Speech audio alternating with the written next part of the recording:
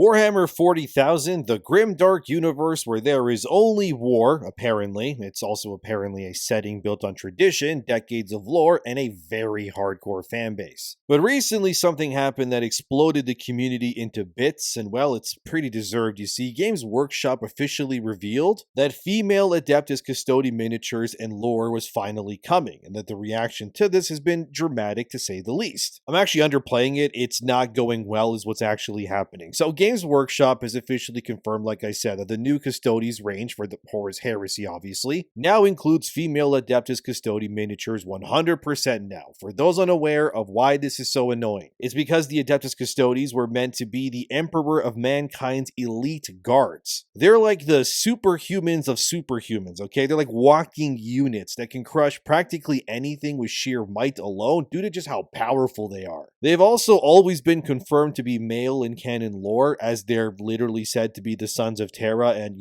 not daughters. And it's been this way for decades, but obviously, when everything decided it had to be inclusive now, even Games Workshop then started to be, well, moronic about things, putting it lightly. And then the community found out in real time that this wasn't really just a retcon, it was Games Workshop opening themselves up to a very stupid and honestly very vocal part of their fan base that want to basically ruin the established lore of Warhammer to, I guess, own the chuds or something. Games Workshop already knew that the reveal of these female Custodi miniatures would piss off everybody, so they decided to get an article ready to answer anything, and this article is titled, New Custodes, Your Questions Answered. Oh boy, here we go. Right after that, Games Workshop then said this, let's address the Telemon in the room, shall we? Yes, some of those awesome new Custodi miniatures are female. With a picture, as you can see, showing off these Custodes, yeah, this is going about as well as you would expect, by the way. They then say this, is this a new thing? Well, yes and no. Up until this point, those few Legio and Adeptus Custodi miniatures we've seen without helmets have been obviously male, and the rest have been so armored that it's hard to tell. The new range has a mix of both male and female Custodes. Oh, is that what it is now? So suddenly, just out of nowhere, an entire elite guard of the most badass male warriors of all time actually had women all along, coincidentally, around the exact same time that every company suddenly decided to push for more female representation. And we're just supposed to accept that and go, well, sure, why not? I mean, yeah, maybe some of them were female, even though the lore in the old books said the Custodes were men only. Of course, there would now be women. That's not how lore works. Here's the thing, right? Yes, I know that none of this is real. Yes, we're all going to die one day, but the point is that when it comes to making your franchise something that people want to invest into, you kind of have to keep what I can only call the fundamental pillars intact. And these pillars are what obviously holds up your franchise. There needs to be rules, okay? For example, let's say if magic in your world cost, I don't know, your soul power or something to use, right? I'm just making up something. Then that would be a pillar for your franchise. Or if you have a race in like your fantasy setting, right? Where it's like, this race lives twice as long as everyone else or whatever. That would be another pillar. But if you suddenly go, actually, there's this other race that never lived longer but now suddenly does, that would be stupid. It would be like suddenly in Lord of the Rings or something, they retconned it and say, oh, Gandalf is no longer basically a magical angel taking the form of a wholesome old man. But in fact, he was always just a regular human man the entire time. Like, no, that ruins it. Also doesn't make any sense. How did he come back as Gandalf the White then? Like, you get what I mean, right? But what GW is doing here is they are fully aware that their answer is complete and total BS. And yet, despite this, they're having to defend their choices that they know are stupid because some board members were adamant in putting a chick in it and, making it lame again, pretty much. But hilariously, though, the actual all-female faction, the Sisters of Silence, have apparently been quietly removed from Games Workshop's website in terms of merchandise to buy. And I just gotta say, I find that goofy. So you're telling me, okay, you have this entire faction of actual female warriors, which is true representation, by the way, because they existed for years before all of this pandering or whatever, but then you deleted their merchandise from your online store to then give some representation to women now in an all-male faction instead that will not go over well at all for you at all, given the fact that you had to make a whole dumb article to defend your very dumb actions as well. Like, why? is Games Workshop doing this? You just proved that you don't care about women at all then. You just deleted the merchandise for the sisters. Like, how can you be this tone deaf? Look how far they go though. Let me read you the next part. Look at this dude. Have you changed the lore? I thought all Space Marines and Custodes were male. Space Marines? Yes. Lore-wise, Space Marines are made from human males. Willing aspirants or unwilling conscripts on the cusp of adolescence. They are subjected to a series of horrific trials. And the strongest emerge as remorseless killers. Their humanity stripped away as they can serve as living weapons in the Emperor's armies. There are no female Adeptus Astartes. Yeah, I don't believe you guys, because you said the same thing about Custodes until you, well,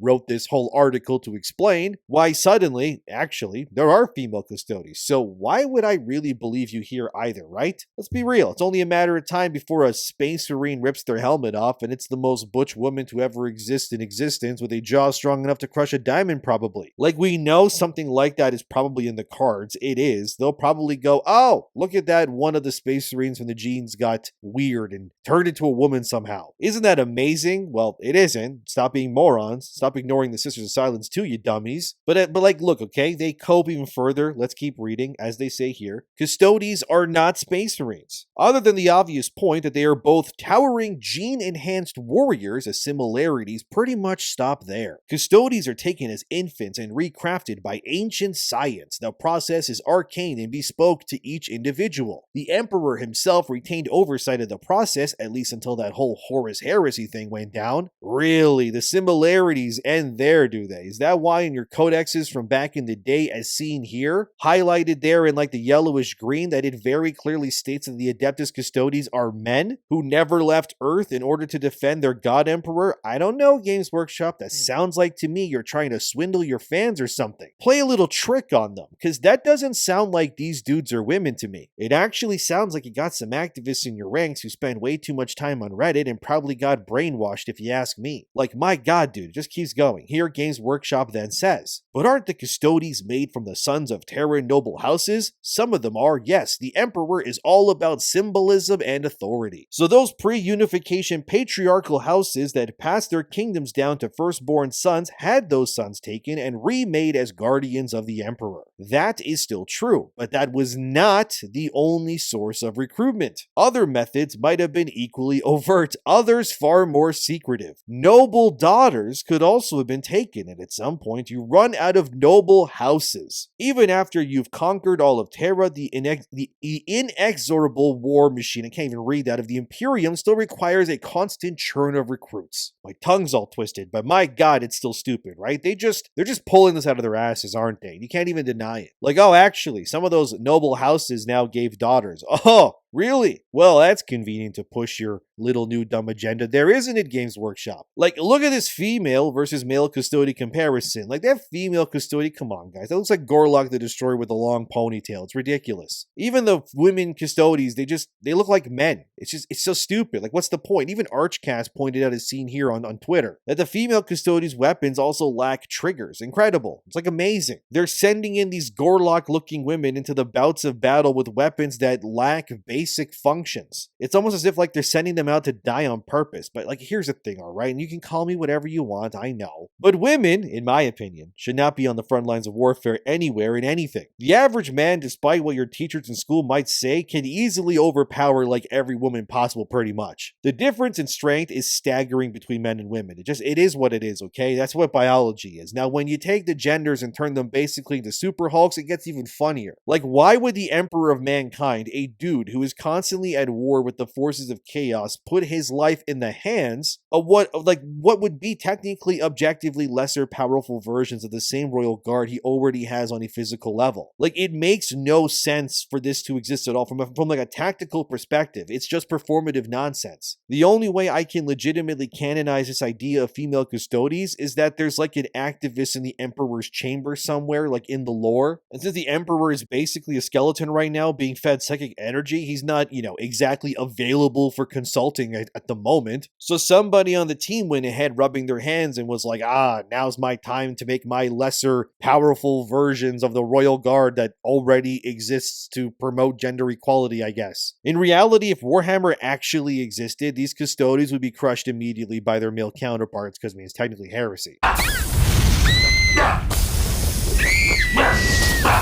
The whole point of their faction is that they are the strongest physically out of any other human faction that exists. So by definition, then, the female custody, via their genes and biology, would be lesser equipped by the laws of nature to protect the Emperor over their male counterparts. So the whole thing doesn't make any sense at all, really, how you justify it. It just comes off as, stupid, and honestly kind of funny too. Because looking at these female custodies, I just laugh, man. These are just men with long hair. Like, what are we doing? But don't worry, guys, because gender is apparently meaningless when it comes to the grim, dark future of biology, as Games Workshop says here. How different are the male and female custodies? All custodies, male or female, embody the pinnacle of the genetic and cellular engineering the Emperor employed when creating his armies. They are flawless creations, push beyond the limits of human potential. There's no difference in combat efficiency between a male custodian and a female custodian. Don't ask questions. Just consume product and then get excited for next products. That's right, guys. There's no difference, okay? Women and men are exactly the same now. It's just as your gender studies teacher told you against your will.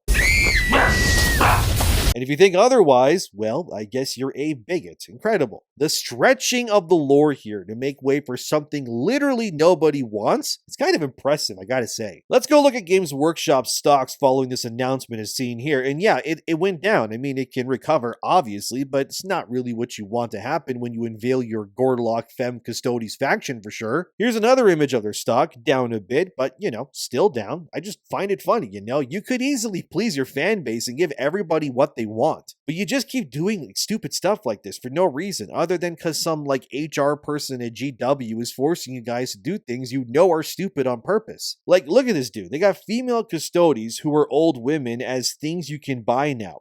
Who is this for? The fact this shield captain apparently is an old woman, that would insinuate that they've been around for a really, really long time too, obviously, which that just opens up another can of worms. It's like watching a company, okay, that has everything, okay, that they need to become the next, Disney or Star Wars level property even. And instead, they're just making all the stupid decisions instead. You're better than this Games Workshop. You know that. You have to know that. Interestingly too, during the presentation, GW also kept using they pronouns instead of she or he when talking about characters. Apparently with the Void Master as seen here, they kept referring to the model as they on purpose, and I see what you're doing. Very sneaky, GW, but I see it. But unsurprisingly, when you look at the chat during this reveal, as also seen here, there's a common thing going on, which is, interesting how whenever that flag shows up, so too does the lore retcons, and that's all I'm gonna say there. But incredible that we're almost 2 years removed from the initial reveal of female custodies being canon, as seen here in this now infamous Twitter post, and they still haven't learned their lesson. There's always been female custodies. Yeah, there's also been idiots existing for eons now too. Doesn't make it any better knowing that. The point is that this was a retcon that breaks decades of cherished lore continuity, okay? Let's just say it for what it is. Some fans have even launched petitions urging GW to reverse the decision and defending lore integrity, which obviously didn't work because they were gonna force this in no matter what we did. Obviously, on places like Reddit and other platforms, a large number of fans were either unfazed or even supportive of this choice. Which when it comes to Reddit, what do you expect when it comes to things like this? They live for this sort of thing. Hilariously though, most posts on Reddit that coincide with the opposition of female Adeptus Custodes are actually usually a part of a subreddit that was called the Horus Galaxy, which in case you don't know, was famously hijacked and then deleted into oblivion by Reddit mods that used their power to remove the original creators of that subreddit because the fans in there were not pandering enough to the new almighty meta that the New Age Warhammer fans wanted, as in more female representation and all that other nonsense. I'm not even kidding either.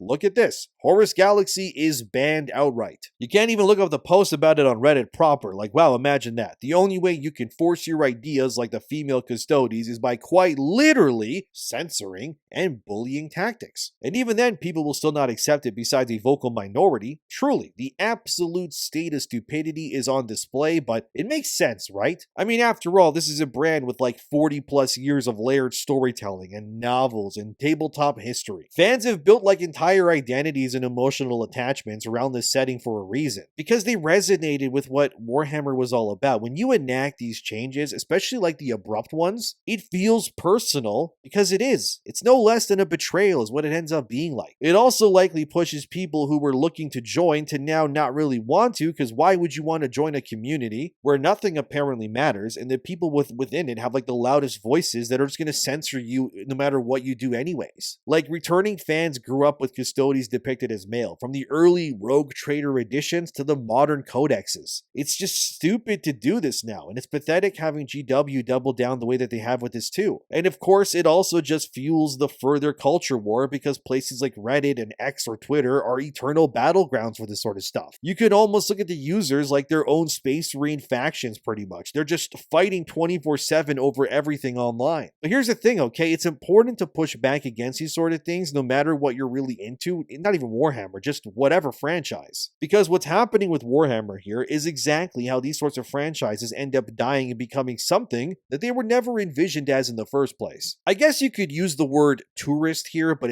it's more like a hostile takeover than anything else. Like, it doesn't work. And it's really never a good idea to reject the people who brought you to where you are in order to chase the modern audience, so to speak. I hate that word, but it is what it is. Some critics are probably going to frame the debate in the broader woke versus traditional culture war terms, I guess, like PC Gamer did back in 2024 as seen here, which was titled, Warhammer 40,000 has slightly more women in it now, and the neckbeards aren't happy. Ah, yes, the neckbeards. You mean the people who kept Games Workshop alive through their money and their time and their energy? Those neckbeards? But I guess it just depends on what kind of neckbeard you are. If you flash a certain flag of blue and pink with a bit of white in it, then I guess it's totally fine to do so. But if you're a stinky cis male, as they say, then I guess you're the enemy now. It's tiring, man. And look, it doesn't mean everyone is thinking this way, but for segments of the fan community, this does become a convenient symbol of identity politics in fiction because that is what it is. Yeah, it's true that Warhammer 40k has always evolved, more than once retconning older stories to fit new additions and narratives, like that can't be denied, but this kind of shift isn't really unprecedented. But what makes this specific instance so, I guess culturally charged is instead how sudden and public the declaration was by Games Workshop. Like, that's the issue at its core here. Games Workshop could have introduced a female custodian in a novel or story arc first, easing fans into the concept. Maybe by implying that the first female custody was a test by the Imperium, or even a mistake, and then they made that custody very young as well to frame a story where this now lone female custody learns the ways from the much more seasoned male counterparts. You could have eased your readers into the idea because the concept of the story would have been that even the female custody feels out of place, and it would have created an actual underdog-like story to the whole thing, which you could then justify, and then by the end of it, the female custody could be accepted, and then you could build off of that idea going forward. But instead, it was just abruptly announced and then defended as if it had always been the case. Like, that method, while technically defensible, it's gonna feel sloppy to many longtime fans because it doesn't come off as legit. It feels like from the get-go as if the entire concept was combative or